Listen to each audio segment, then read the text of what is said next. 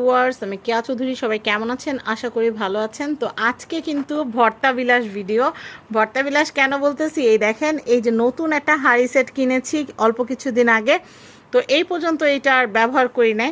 তো আজকে চিন্তা করলাম, যেহেতু বাইরে বৃষ্টি হইতেছে, ঠান্ডা একটা পরিবেশ, গরম গরম ভাত দিয়ে কিন্তু এই ভর্তাগুলো খাইতে কিন্তু অনেক মজা লাগবে। তো কি কি আইটেম ভর্তা বানাইছি সেটাই এখন আমি আপনাদেরকে বলবো। চাইছিলাম একবার ভর্তা বানানোর ভিডিওটা করি, কিন্তু চুলার ধারে গেলেই, মানে চুলার কাছে গেলেই যেই গরমের গরম, চেহারা জায়গায় থাকে না। আর এত আইটেমের ভর্তা বানাইতে গেলে দেখা যায় কিচেনটা একটু ম্যাসি হয়ে যায়, সেই জন্য আর ভর্তা বানানোর ভিডিও দিলাম না। তো এখানে কি কি ভর্তা আছে, হাঁড়ি সেটটা এত সুন্দর, হাঁড়িগুলো এত সুন্দর, মানে বলার বাহিরে। তো আমি এটার হোয়াইট একটা হাঁড়ি সেট কিনেছি আর কালারিং একটা হাঁড়ি সেট কিনেছি এরকম ভর্তা টর্তা সার্ভ করার জন্য। এগুলোতে হালিম সার্ভ করলেও সুন্দর লাগে। তাছাড়া কিন্তু এই যে হাঁড়ি সেটগুলো আছে, ফিন্নি, দই, মিষ্টি, এগুলো দিলে কিন্তু অনেক সুন্দর লাগে। তো আজকে আমি ভর্তা সার্ভ করেছি। তো কি কি ভর্তা করেছি সেটা আমি আপনাদেরকে এখন বলবো। এটা হচ্ছে মানহার বাবার জন্য করছি চিংড়ি মাছের ভর্তা, তার চিংড়ি মাছের ভর্তা অনেক প্রিয়। এটা হচ্ছে লইট্টা শুটকির ভর্তা।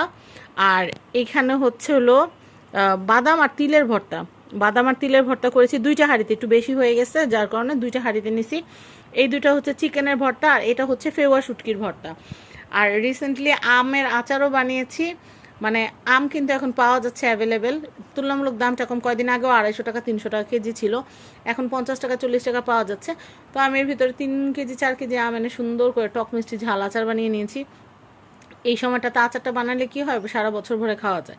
তো আমার কাছে তো অনেক বেশি ভালো লাগতেছে। তো আপনাদের এই সেটটা কেমন লেগেছে জানাবেন। আর আপনারা যদি এরকম হাঁড়ি সেট কিনতে চান, তাহলে কিন্তু স্ক্রিনে আমি বাবুল ভাইয়ের কন্ট্যাক্ট নাম্বার দিয়ে দিব। আপনারা বাবুল ভাইয়ের সাথে যোগাযোগ করে কিন্তু এই যে দারুণ যে হাঁড়ি সেটটা আছে, হাঁড়ি সেটটা কিন্তু প্লেট সহ কিনতে পারেন, প্লেট ছাড়াও কিনতে পারেন। তো আমার এই ভিডিওটা কেমন লেগেছে অবশ্যই জানাবেন। আর আপনারা কি এরকম বৃষ্টির দিনে কে কী রান্না করেছেন কমেন্টে জানাতে কিন্তু ভুলবেন না।